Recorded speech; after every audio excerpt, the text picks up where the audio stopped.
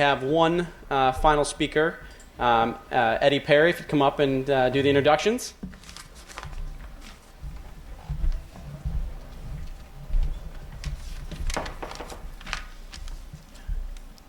For Christmas in 2010, my mother wanted to give me a truly unique gift, namely a deaf role model.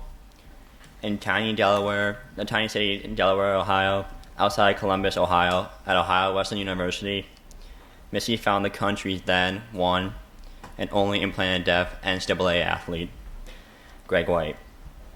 Greg at the time was also a member of the U.S. men's deaf basketball team, and proved by this photo. It's not up there yet, so.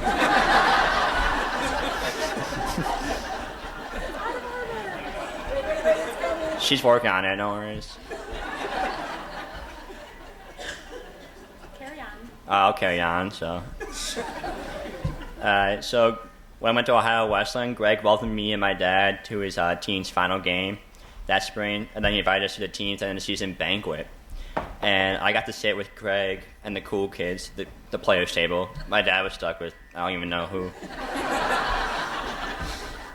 So since then, Greg has come to watch a couple of my soccer games when I play in Ohio.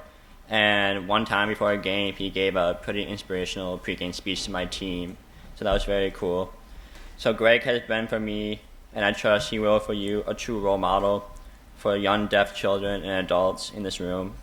What it is possible for us to grow, what is possible for us as we grow up. So please welcome Greg White.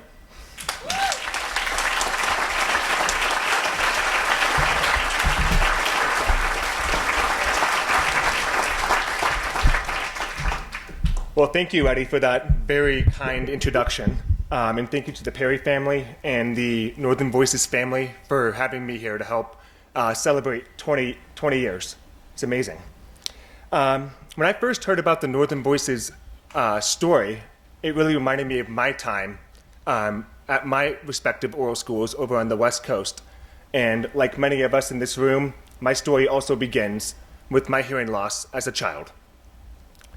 When I was born, as far as my parents were concerned, I was a healthy, normal, happy baby. Maybe a little chunkier than they expected, but happy. Given that these were the days before newborn hearing screenings, it wasn't until I was about 8 months old that my parents started suspecting that I might have a hearing loss. Their suspicions were confirmed when my babysitter was pushing me down the street, and there was a dog barking in the distance to the right, and as we were approaching, I was looking left over here, and it wasn't until I turned to my right and saw the dog that I was startled and reacted, because I didn't hear the dog. So, the first doctor my parents took me to did an ABR test and diagnosed me with a profound hearing loss. He then said, well, your son is so deaf, he will never be able to hear, and he'll never be able to speak. Here's a couple of ASL packets, good luck. Fortunately, my parents got a second opinion, and this doctor said, no, let's fit your son with hearing aids, and let's teach him how to hear and speak.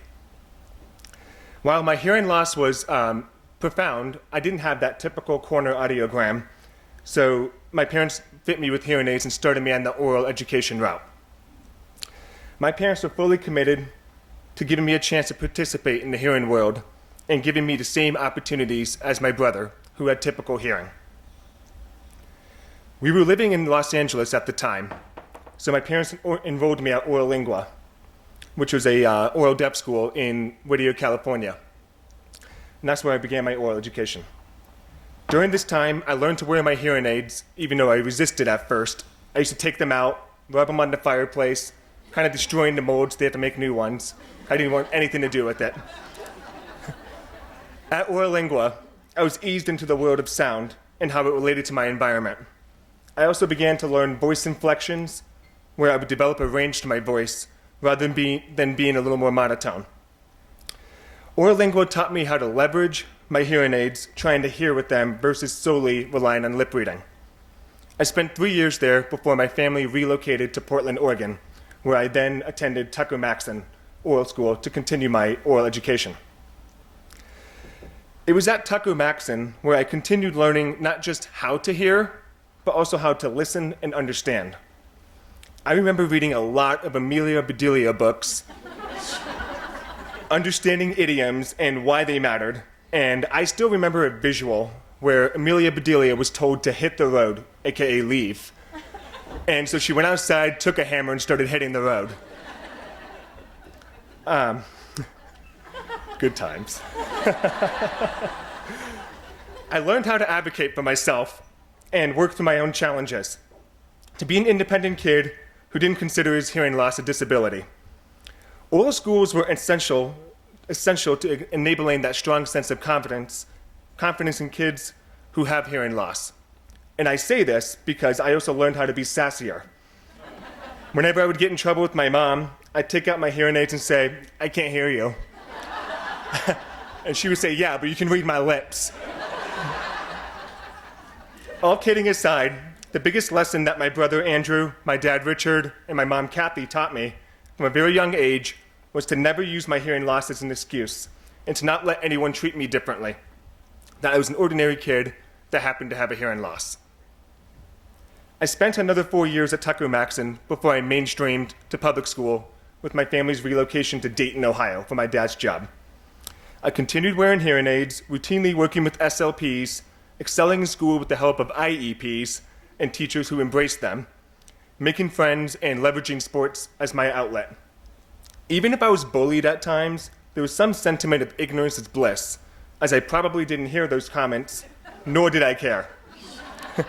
Granted, being nearly 6 feet tall by the age of 12 probably didn't hurt, although I was over 120 pounds lighter than I am today. Fast forward to when I was about 13 years old. My family made a trip back to Portland, Oregon for a wedding, and we happened to stop by Tucker-Maxon just to say hello.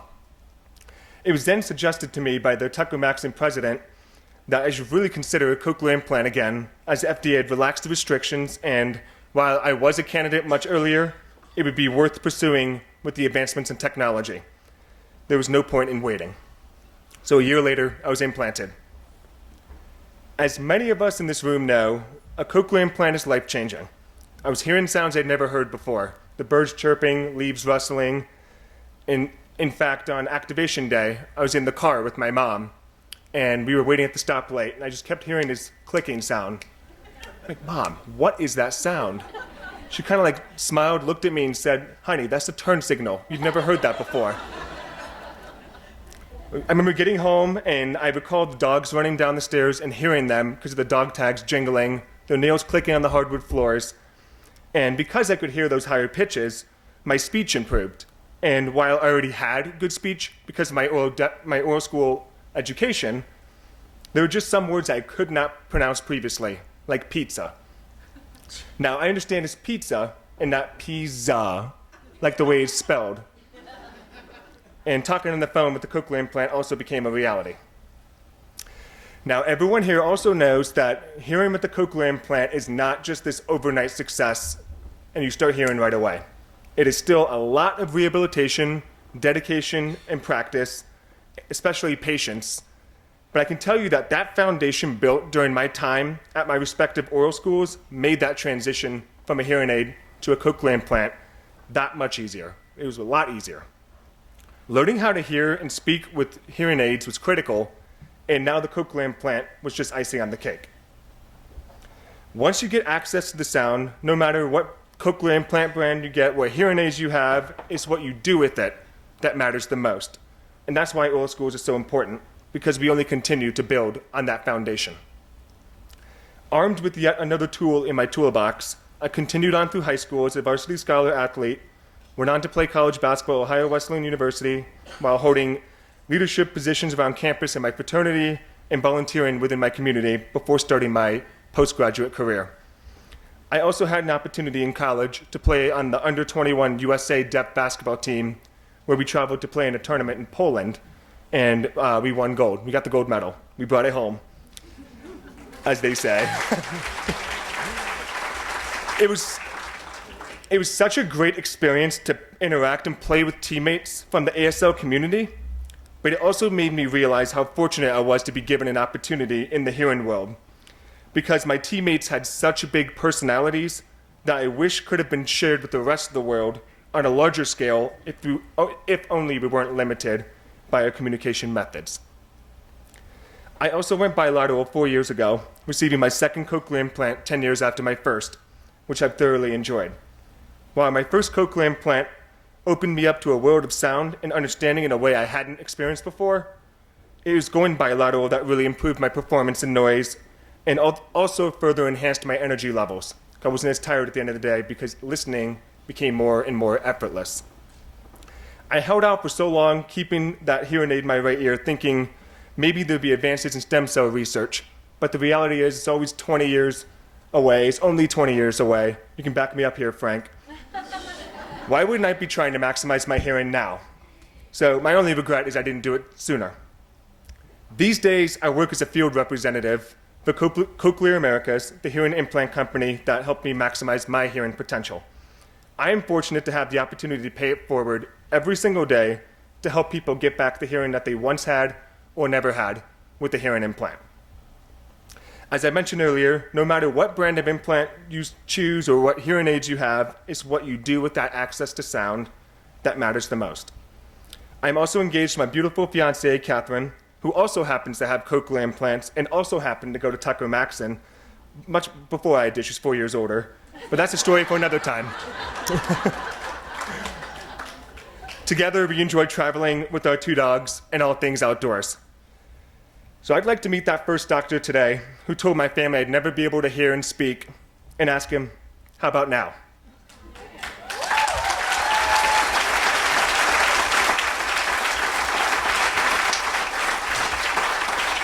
Now, my story is not unique.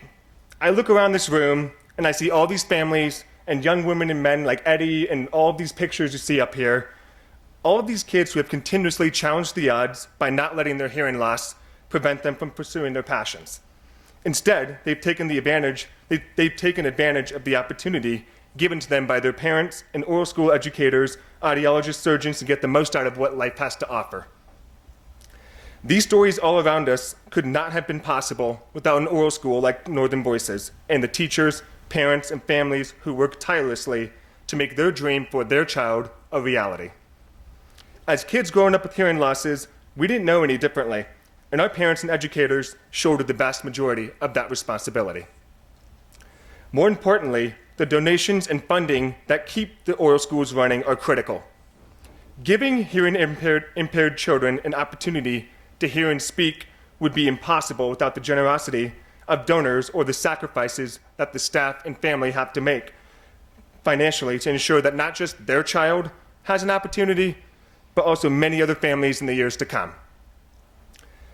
To close, I want to share a quote from Helen Keller that was engraved above the oral school that I attended.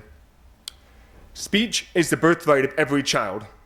It is the deaf child's one fair chance to keep in touch with his fellows." On behalf of all of the kids in this room, I want to extend a heartfelt thank you to all of our parents and siblings, all of our educators and hearing professionals, administrators, audiologists, surgeons, the board, the donors, and everyone that helps make these amazing stories possible. Without the foundation of an oral school, we wouldn't be here today, and we owe a great deal of our success to you. Here's to another 20 years, and thank you.